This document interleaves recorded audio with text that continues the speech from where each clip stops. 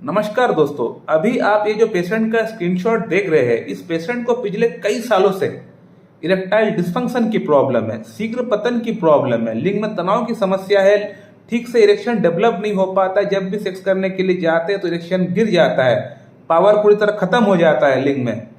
तो इस पेशेंट ने कई जगहों से ट्रीटमेंट किया हुआ है, लेकिन कुछ खास परिणाम इनको नहीं पड़ा हुआ है और आज 6 महीना इनका ट्रीटमेंट मेरे पास चल रहा है और 6 महीने में इनका प्रॉब्लम पूरी तरह हमने ठीक कर दिया, ऑलमोस्ट ठीक हो गया इनका प्रॉब्लम।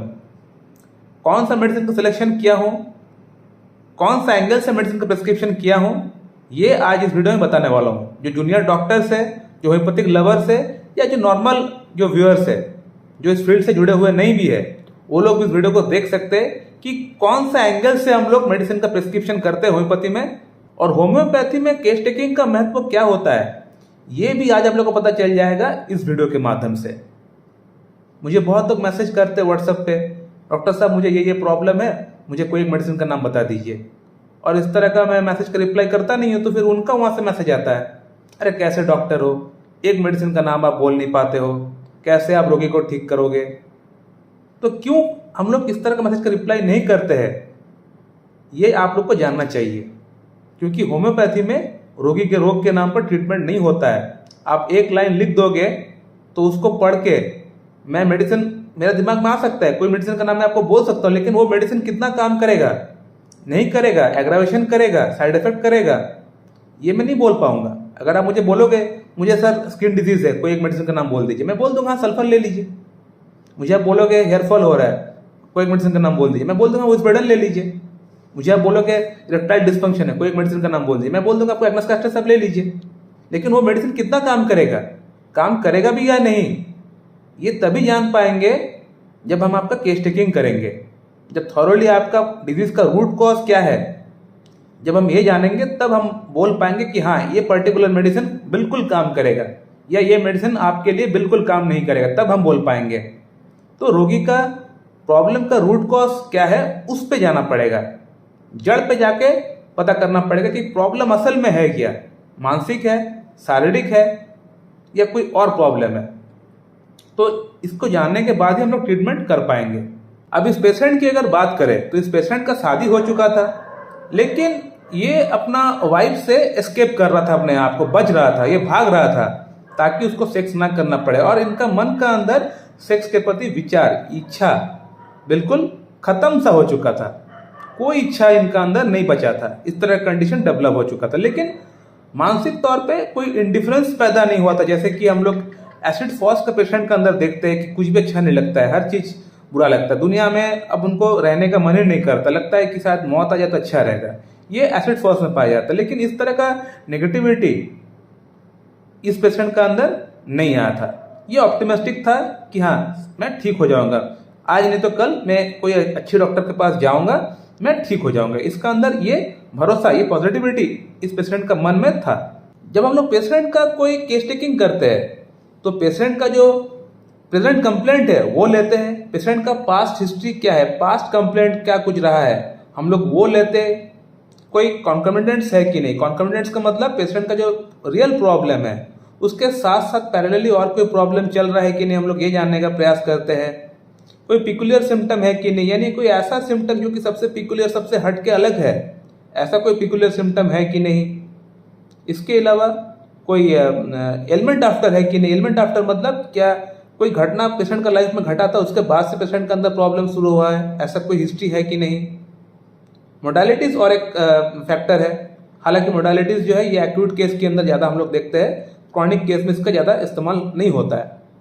इसके अलावा पेशेंट का जो फैमिली है उसका हिस्ट्री क्या है, उन लोगों में क्या डिजीज रहा है, उन लोगों में कौन सा डिजीज के कारण से वहां पे मौत हुआ है, या कोई किसको क्या कोई प्रॉब्लम चल रहा है, हम लोग ये जानने का प्रयास करता है। तो इस केस के अंदर अगर बात करें तो पेशेंट को, जैसे मैंने पूछा कि आपका अंदर क्या पास्ट हिस्ट्री में कोई प्रॉब्लम था आपको, तो पेशेंट ने बताया डॉक्टर साहब हाँ मुझे सोरियासिस की प्रॉब्लम था, उसके लिए हमने एलोपैथिक ट्रीटमेंट कराया हुआ है और वो ठीक भी हो गया है, उससे मुझे अब कोई प्रॉब्लम नहीं है, अभी मुझे सिर्फ इरेक्टाइल डिस्फंक्शन का प्रॉब्लम है, इसको आप मुझे ठीक कर दीजिए।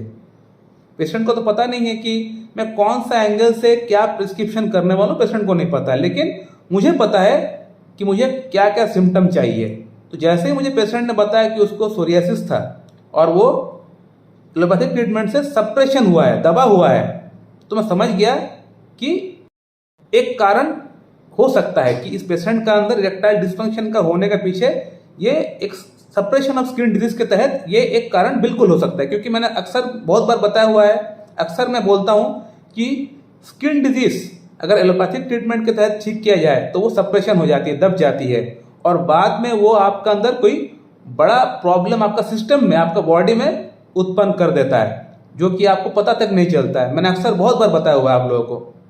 तो सिमिलरली जैसे ही मैंने सुना कि इस पेशेंट का अंदर भी सोरियासिस इनको हुआ था और वो एलोपैथिक ट्रीटमेंट से, एलोपैथिक ऑइंटमेंट से उसको ठीक किया गया, तो मैं समझ गया कि this is the root cause of the disease, ये है जड़, और उसको मुझे पकड़ना है। अब सोरियासिस सुनते ही बहुत सारे होम्योपैथ तुरंत प्रेस्क्रिप्शन कर देंगे सल्फर। नहीं, ये गलत है। सोरियासिस भी बहुत तरह की, अलग अलग तरह की होती है। सोरियासिस सुनने से ही आप सल्फर आप प्रिस्क्राइब नहीं कर सकते। सप्रेशन ऑफ स्किन डिजीज मतलब नॉट सल्फर, ऑलवेज सल्फर नहीं होता है। जैसे कि इस पेशेंट का अंदर मैंने पूछने का प्रयास किया कि उस समय आपको क्या प्रॉब्लम होती थी, तो उन्होंने मुझे बताया, डॉक्टर साहब मुझे रात को खुजली होती थी, और जब मैं वहाँ पे खारिश करता था, जब मैं वहाँ पे इचिंग करता था, तो मुझे वहाँ से चिपचिपा सा पानी निकलता था, और वो बिल्कुल स्टिकी था, जैसे स्वीट जैसे होता है, हम लोग पकड़ते हैं जिस तरह का स्टिकी होता है, उस तरह सा स्टिकीनेस उसका अंदर था। यानी जो वहाँ पे पानी निकलता उसमें स्टिकीनेस था। तो ये एक सिम्टम है ग्राफाइटिस की। ग्राफाइटिस का सिम्टम ये होता है कि उसका जो डिस्चार्ज होता है बहुत स्टिकी होता है, जैसा लगता है कि गम हम लोग पकड़े हुए हैं, इस तरह का स्टिकी होता है उसका डिस्चार्ज। तो जैसे ही मुझे ये चीज़ पता चलेगा कि वहाँ पे उस समय जो डिस्चार्ज हो रहा था वो स्टिकी था, तो मेरा दिमाग में आ गया ग्राफाइटिस। अब मैं ग्राफाइटिस का सवाल करना उनको स्टार्ट कर दिया कि ग्राफाइटिस का और कोई सिम्टम मैच हो रहा है कि नहीं। मैं ये देखने के लिए मैं ग्राफाइटिस का उनका जो क्वेश्चन है उनको करना स्टार्ट कर दिया। ग्राफाइटिस का क्या क्या प्रॉब्लम होता है। ग्राफाइटिस का जो पेशेंट होता है उनको कॉन्स्टिपेशन का प्रॉब्लम होता है। तो मैंने पूछा पेशेंट को कि आपको कॉन्स्टिपेशन है, तो पेशेंट ने बताया, डॉक्टर साहब बिल्कुल मुझे बहुत कॉन्स्टिपेशन की प्रॉब्लम है, बिल्कुल स्टूल बिल्कुल निकलता ही नहीं है, बहुत प्रॉब्लम होता है, 3 दिन 4 दिन छोड़ छोड़ के एक बार मैं स्टूल पास आउट करने के लिए जाता हूँ और इच्छा भी नहीं होता है। थर्ड सिम्टम मैंने जानने का प्रयास किया कि आपको स्वीट खाने की क्रेविंग है या नहीं है, और मीट खाने की क्रेविंग है या नहीं है। क्योंकि ग्राफाइटिस का जो पेशेंट होता है इसको स्वीट और मीट बहुत ज़्यादा पसंद नहीं। मीट तो भले चलो फिर भी मान लो मीट खा भी लेगा, लेकिन स्वीट इसको बहुत ज़्यादा पसंद बिल्कुल नहीं होता है। तो मैंने पूछा कि आपको स्वीट खाने की क्रेविंग है, तो पेशेंट ने बताया, डॉक्टर साहब मुझे स्वीट खाने की क्रेविंग बिल्कुल भी नहीं है, ना मिले तो अच्छा है। इसके अलावा पेशेंट को हॉट ड्रिंक्स पीने से प्रॉब्लम होता है। हॉट ड्रिंक, चाय वगैरह पीने से पेशेंट का पेट जो है उसमें दर्द होता है, गैस हो जाता है, ब्लोटिंग हो जाता है, ये और एक सिम्टम है। और पेशेंट जो है कपड़ा जो इनको पहनना है वो थोड़ा सा लूज कपड़ा पहनना पेशेंट पसंद करते हैं। और ग्राफाइटिस का जो पेशेंट होता है थोड़े से मोटे होते हैं, थोड़ा सा शॉर्ट हाइटेड होते हैं, और जो रंग होता है, जो कम्प्लेक्शन होता है वो बहुत ज्यादा फेयर नहीं होता है, थोड़ा सा डार्क कम्प्लेक्शन में होता है, थोड़ा सा हम लोग बोल सकते हैं थोड़ा सा गेरुआ रंग जो होता है वो उस तरह का रंग ग्राफाइटिस का पेशेंट का अंदर होता है। और जो स्किन होता है, ग्राफाइटिस का जो पेशेंट का स्किन होता है थोड़ा सा मोटा होता है। ऐसा नहीं कि कलकरिया काप का जो पेशेंट होता है बिल्कुल थुलथुला होता है, एक तरह से कलकरिया काप का जो बॉडी होता है थुलथुला बॉडी होता है। लेकिन ग्राफाइटिस का जो पेशेंट होता है ये भी मोटे होते हैं, लेकिन उनका जो चर्बी होता है या जो उनका जो वहाँ पे फ्लैश होता है वो बिल्कुल हार्ड होता है, सख्त होता है। तो मैंने पेशेंट को कहा कि आप एक काम करिए, आप वीडियो कॉल करिए, मुझे आपको देखना है। तो पेशेंट ने तुरंत मुझे वीडियो कॉल किया, तो मैंने पेशेंट को देखा, मैं देख कर समझ गया कि हाँ ये बिल्कुल ग्राफाइटिस है। इसके अलावा पेशेंट ने मुझे स्टार्टिंग में एक चीज़ बताया था कि इनको सेक्स करने की इच्छा बिल्कुल नहीं होता है, ये सेक्स से भागते हैं, ये अपना वाइफ से भाग रहा है वो कई दिनों से, उन्होंने मुझे स्टार्टिंग में ही बताया है ये। तो ग्राफाइटिस का जो पेशेंट होता है इसको सेक्स करने की इच्छा बिल्कुल भी नहीं होता है।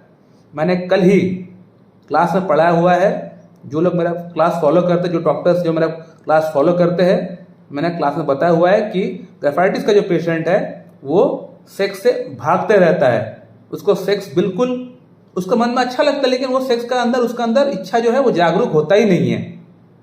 ये इनका अंदर मेन प्रॉब्लम होता है। और एक सिम्टम, पिकुलियर सिम्टम है ग्राफाइटिस का, वो ये है ग्राफाइटिस का पेशेंट जो है ना हमेशा चेहरे पर ऐसा ऐसा करता रहता है, हमेशा ऐसा ऐसा करता रहता है। उसको ऐसा लगता है कि उसका चेहरे पे कुछ चल रहा है या यहाँ पे कोई बाल अटका हुआ है, उसको ऐसा लगता है।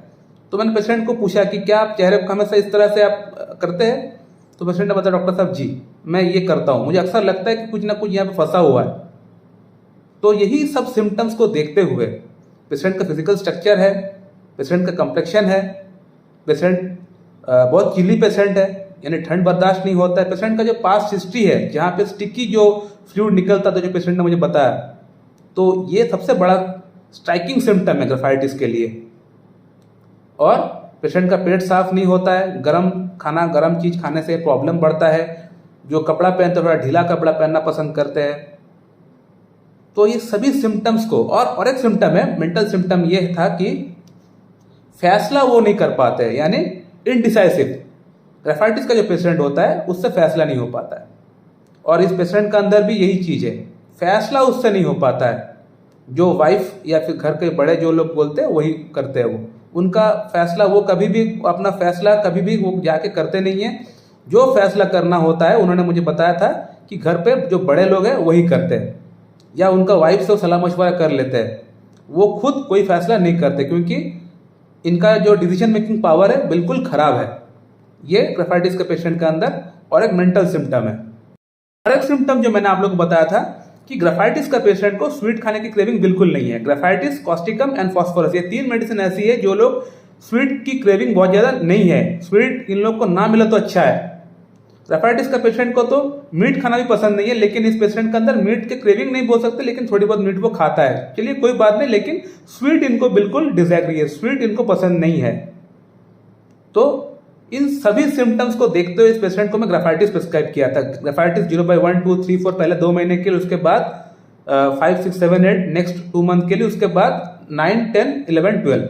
हाँ, और एक चीज मैं बोलना भूल गया था कि स्टार्टिंग का 1 मंथ में जैसे मैं इस पेशेंट को ग्राफाइटिस दिया, तो इस पेशेंट का जो सोरियासिस जो दब चुका था वो फिर से बाहर निकला, यानी हीलिंग प्रोसेस स्टार्ट हो गया, यानी जो चीज दब चुका था वो बॉडी उसको फिर से बाहर निकाल के फेंक रहा है। जैसे कि आप लोगों में से बहुत लोगों को पता होगा कि अगर कोई स्किन डिजीज दबा हुआ है और हम लोग कोई एंटीसोरिक मेडिसिन देते हैं पेशेंट का सिम्टम्स को मैच करके, तो वो फिर से बाहर निकलेगा, वो बाहर निकलेगा, बॉडी उसको बाहर निकाल के फेंकेगी, उसके बाद ही आपका हीलिंग मैकेनिज्म स्टार्ट होगा, आपका हीलिंग प्रोसेस स्टार्ट होगा। जैसे कि इस पेशेंट के अंदर हुआ, पहले 1 महीना में इस पेशेंट को इरेक्टाइल डिस्फंक्शन में कोई इंप्रूवमेंट नहीं रहा। पहले 1 महीना में सिर्फ इनका बॉडी में जो गंदगी था वो बाहर निकला, बाहर निकलने के बाद असल में हीलिंग प्रोसेस स्टार्ट हुआ। अब इस पेशेंट के अंदर कोई प्रॉब्लम नहीं है। इस पेशेंट का ट्रीटमेंट मैं यहीं पर समाप्त कर रहा हूँ। इस पेशेंट को मैं कुछ ऑक्सिलरी मेजर्स के तहत इनको कुछ बताया हूँ, कुछ खाने के लिए बताया हूँ, कुछ व्यायाम सिखा दिया हूँ, कुछ लाइफस्टाइल चेंजेस बताया हूँ। ये सब पेशेंट फॉलो करेंगे तो इनको ये प्रॉब्लम अब दोबारा जल्दी नहीं आएगी। सो माय डियर फ्रेंड, आप लोगों ने देख लिया कि कैसे किस तरह से हम लोग ट्रीटमेंट करते हैं, कौन सा एंगल से हम लोग मेडिसिन प्रिस्क्राइब करते हैं। ये वीडियो आप लोग को देखना बहुत जरूरी है। जो लोग ये बोलते हैं बार बार कि आप एक मेडिसिन का नाम नहीं बोल सकते, तो कैसे बोल पाएंगे? अगर इस पेशेंट से अगर मैं बात नहीं किया होता तो मुझे नहीं पता चलता कि इनका पास्ट हिस्ट्री में क्या चल रहा था, क्या इनको हुआ है, मुझे नहीं पता चलता। और इनको मैं कोई एक मेडिसिन नाम बोल दिया होता उसी तरह, जैसे कोई बोलता है एग्नेस कैस्टस ले लो, कैलाइडियम ले लो, मैं भी उनको यही बोल दिया होता। तो क्या इनका इन मेडिसिन से फायदा होता? मुझे आप बताइए। बिल्कुल नहीं होता। तो ये क्या होता है, एट लास्ट फिर वो बोलते होम्योपैथी बेकार है, ये डॉक्टर बेकार है, मेरा नाम खराब होता, उन्होंने मुझे ये मेडिसिन खाने के लिए बताया। तो इसीलिए मैं लोगों को इस तरह से मेडिसिन का नाम मैं बोलता नहीं हूँ, अक्कड़ बक्कड़ करके मेडिसिन का नाम मैं लोगों को बोलता नहीं हूँ, क्योंकि मुझे पता है इस तरह मेडिसिन का नाम मैं बोलूंगा तो मेडिसिन फायदा करने के चांसेस कम है, नुकसान करने के चांसेस ज्यादा है, और मेरा नाम खराब होगा, होम्योपैथी का नाम खराब होगा बीच से। तो मैं ये नहीं चाहता हूं। तो आपको अच्छा लगे बुरा लगे ये आपका मैटर है, उससे मुझे कोई फर्क नहीं पड़ता है। So thank you very much and have a good day.